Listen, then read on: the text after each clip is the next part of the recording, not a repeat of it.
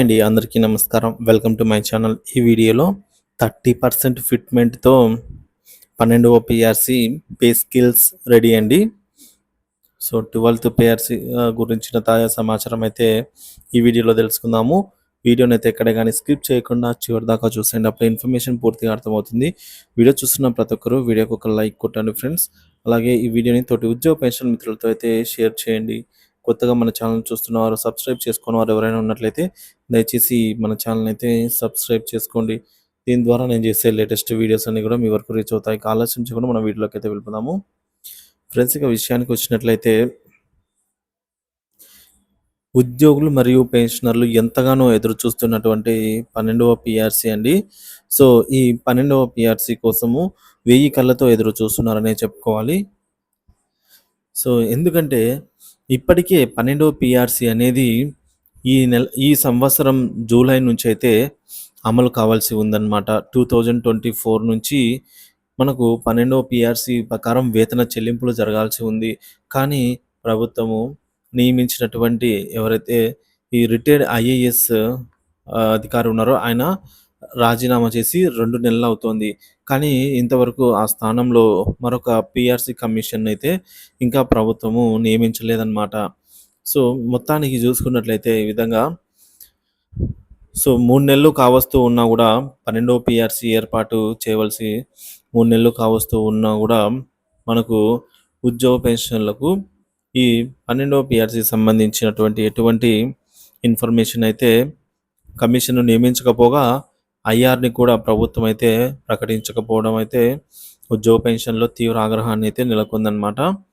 So ఉద్యోగులు మరియు పెన్షనర్ల ప్రధాన డిమాండ్ ఏందంటే పీఆర్‌సీ మరియు ఐఆర్ అండి.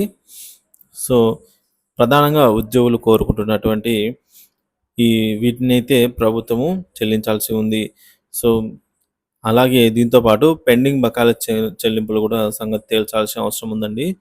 సో మొత్తానికైతే సీఎం గారు ప్రస్తుతం ఉన్నటువంటి ఆర్థిక సంక్షోభంలో అంటే వరదల కారణంగా సీఎం గారు అందుబాటులో లేరు. సో ఈ వరదల సమస్యలు పూర్తి అవ్వగానే సీఎం గారు అందుబాటులోకి రావడం అయితే జరుగుతుంది. ఉద్యోగ పెన్షన్‌లకు సంబంధించినటువంటి దీనికి సంబంధించినటువంటి ఒక నిర్ణయం అయితే తీసుకోవాల్సిన అవసరం ఉందండి. సో ఈ విధంగా ప్రధానంగా మనం చూసుకున్నట్లయితే కొత్త పీఆర్‌సీ ఉద్యోగులు, ఉపాధ్యాయులు, పెన్షన్ల దృష్టి అంతా కూడా కొత్త పీఆర్‌సీ పైనే ప్రస్తుతం అయితే ఉందన్నమాట. సో పీఆర్‌సీలో ఐఆర్ ఎంత ఇస్తారు? అలాగే ఫిట్మెంట్ ఎంత ఉంటుంది? సో ఫిట్మెంట్ ఎంత ఇస్తారు? అనే దాని గురించి అయితే ఇదివరకు డిఏ, డిఆర్ అనేది మనకు 33.64% అయితే ఉందన్నమాట. సో దీనికి సంబంధించి ఫిట్మెంట్ ఎంత ఇస్తారు? సో అలవెన్స్‌లు ఎంత ఇస్తారు? అలాగే విధి విధానాలపై ఎలా ఉండబోతోంది అనే పూర్తి వివరాలైతే మనకు తెలియాల్సి ఉందన్నమాట. సో కాబట్టి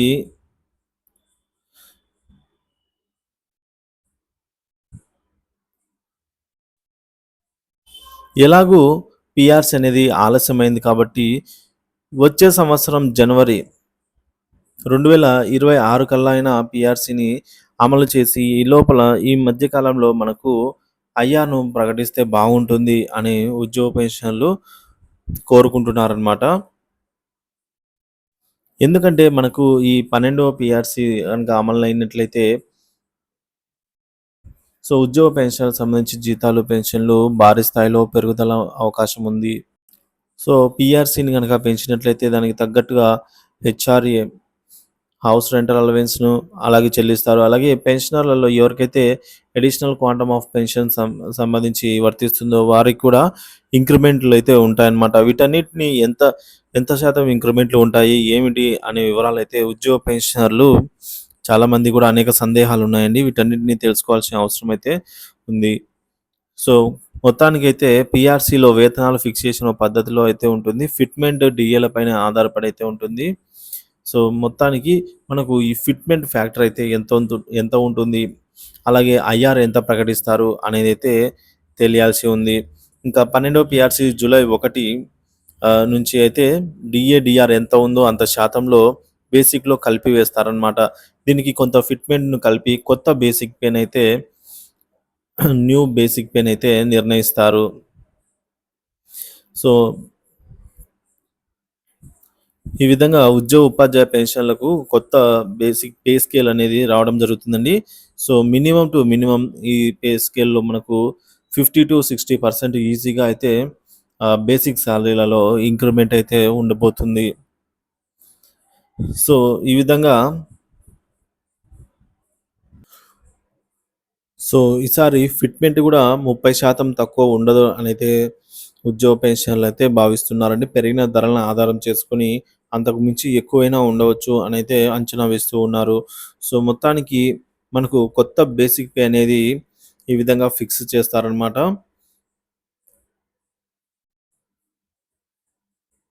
సో ఈలోపు ఏదైతే పీరియడ్ ఉందో ఈ పీరియడ్ లోపల మనకైతే ఐఆర్‌ను ప్రభుత్వం అయితే ఇవ్వాల్సి ఉంది. సో ఐఆర్‌ను గరిష్టంగా 35% వరకు ఉద్యోగ పెన్షనర్లయితే కోరుతున్నారండి. సో కానీ ప్రభుత్వం అయితే తగ్గించి ఇవ్వవచ్చు అనైతే ఒక భిన్న వాదన ఉంది. సో మొత్తానికి ప్రభుత్వం ఉద్యోగులకు సంబంధించినటువంటి ఈ ఏదైతే ముఖ్యంగా పీఆర్‌సీ మరియు ఐఆర్ ఉన్నదో వీటన్నిటికి సంబంధించి ఖచ్చితంగా మీటింగ్ అయితే పెట్టాల్సి ఉందండి. సో ప్రభుత్వం అధికారంలోకి వచ్చి 3 నెలలు దాటిపోయింది. ఈ సందర్భంలో సో ఉద్యోగ పెన్షన్‌లకు సంబంధించినటువంటి ఈ ఏదైతే ఆర్థిక మరియు ఆర్థికేతర సంబంధించినటువంటి సమస్యలు ఉన్నాయో వీటన్నిటిని గూడా ప్రభుత్వము సానుకూలంగా స్పందించాల్సిన అవసరం అయితే ఎంతైనా ఉంది. కాబట్టి త్వరలోనే చంద్రబాబు నాయుడు గారు వీటన్నిటి మీద స్పందించాల్సిన అవసరం అయితే ఎంతగానో ఉందన్నమాట. సో ఈ దసరా కానుకగా ఖచ్చితంగా ఐఆర్ అయితే ప్రకటిస్తారు అనైతే వాదనలు వస్తున్నాయి.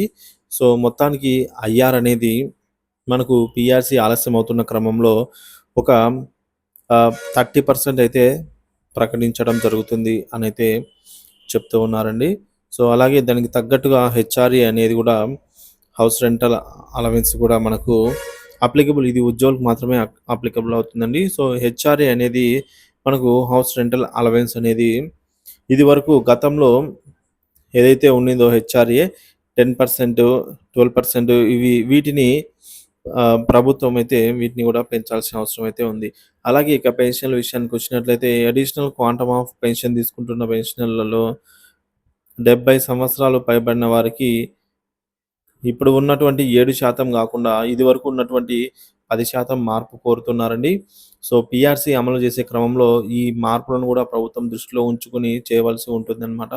సో 75 సంవత్సరాలకు గాను ఇక్కడ 15% రావాల్సి ఉంది. కానీ గత ప్రభుత్వం 12% ఇవ్వడం జరిగింది. సో వీటన్నిటిని గూడా ప్రభుత్వం అయితే దృష్టిలో ఉంచుకునే పీఆర్‌సీని అయితే విడుదల చేయాల్సిన అవసరం ఉంది.